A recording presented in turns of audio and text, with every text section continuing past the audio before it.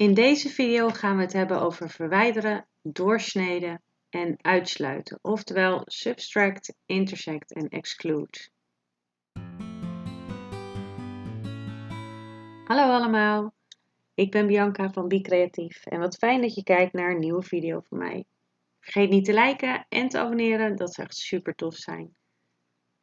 We gaan dus vandaag eens kijken naar verwijderen, oftewel subtract, doorsneden, intersect en uitsluiten, exclude. Ik heb ze alle drie even neergezet. Als ik ze beide selecteer, dan zie je ze hier aan de zijkant oplichten. Dat betekent dat ik die twee dus geselecteerd heb. Dan kan ik hierbij combineren. Heb ik in de video die nu in de hoek verschijnt, lassen, verenigen en bijvoegen uitgelegd. En nu gaan we dus naar verwijderen, doorsneden en uitsluiten kijken. We gaan beginnen bij verwijderen. Het kan zijn dat er daarna nog iets bij komt wat ik zelf nog niet wist. Kijk altijd even onder de video.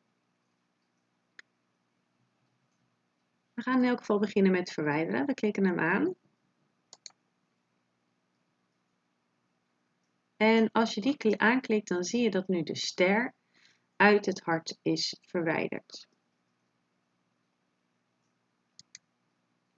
De ster zie je nog wel hier aan de zijkant. En ook het hart, dat betekent dat je er nog steeds iets mee kan doen. We gaan hem even verplaatsen, kijken wat er gebeurt. Kijk, als ik hem verplaats, dan gaat hij ergens anders eruit. Dus ik kan eigenlijk mijn verwijdering nog aanpassen, een beetje bijschuiven. Dat is wat ik zo op het eerste gezicht zie dat je ermee kan doen. En het worden dus twee in elkaar, het wordt een beetje één afbeelding in elkaar, zeg maar. Dan gaan we naar doorsneden, intersect. Ook deze gaan we allebei selecteren. Dan gaan we naar combineren. En dan klikken we op doorsneden. Dan zien we dat hij hier ook ze samen erin zet. Het ster en het hart. Hier zien we de ster. Hier zien we het hart. En eigenlijk heeft hij hetgeen wat overlapte, dat heeft hij er dan uitgehaald. Even kijken als we de ster wat kleiner maken. En dan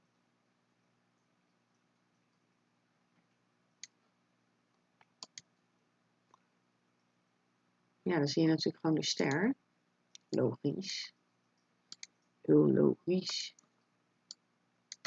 Dit is wel mooi om te zien, want ik heb net de ster vergroot zonder dat je het hart zag. Maar het hart vergroot dus automatisch mee.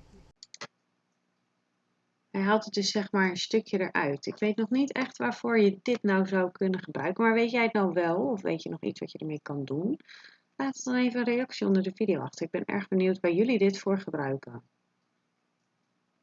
Net zoals verwijderen of subtract. Ik pak dan toch sneller opsplitsen, zeg maar.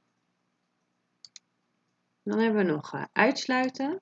Ook die gaan we allebei selecteren. Dan gaan we naar combineren. Klikken op uitsluiten. En wat me trouwens wederom opvalt is dat alle kleuren weer hetzelfde worden. Het wordt één geheel. Je ziet ook weer dat het één afbeelding is geworden. En dan hebben ze eigenlijk alleen het stukje hier eruit gehaald. En dan de rest van de vorm staat er nog. Dit is wel eigenlijk, hier kan je wel veel leuke dingen mee, denk ik. Ik weet nog niet helemaal wat. Maar je kan dus eigenlijk een stukje uit een afbeelding snijden en dan de rest er nog aan overhouden. Ook deze blijven weer twee losse afbeeldingen. Waarschijnlijk kan je ze ook weer verplaatsen. En als je dan op uitsluiten klikt, dan pakt hij dan weer een ander stukje om uit te sluiten. Ik ben even benieuwd wat er gebeurt als ik op opslaan druk. Want de vorige keer was het zo dat als je zeg maar iets last en je drukt daarna op opslaan, kun je de afbeelding niet meer veranderen. We gaan even naar opslaan. We noemen het even combineren 2.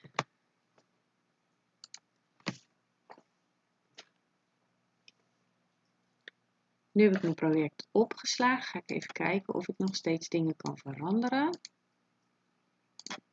Ja, ik kan dus nu nog steeds dingen veranderen.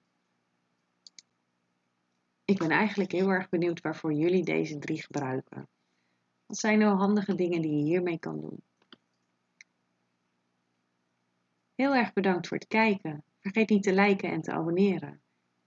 Heel veel kijk en maakplezier en tot de volgende keer.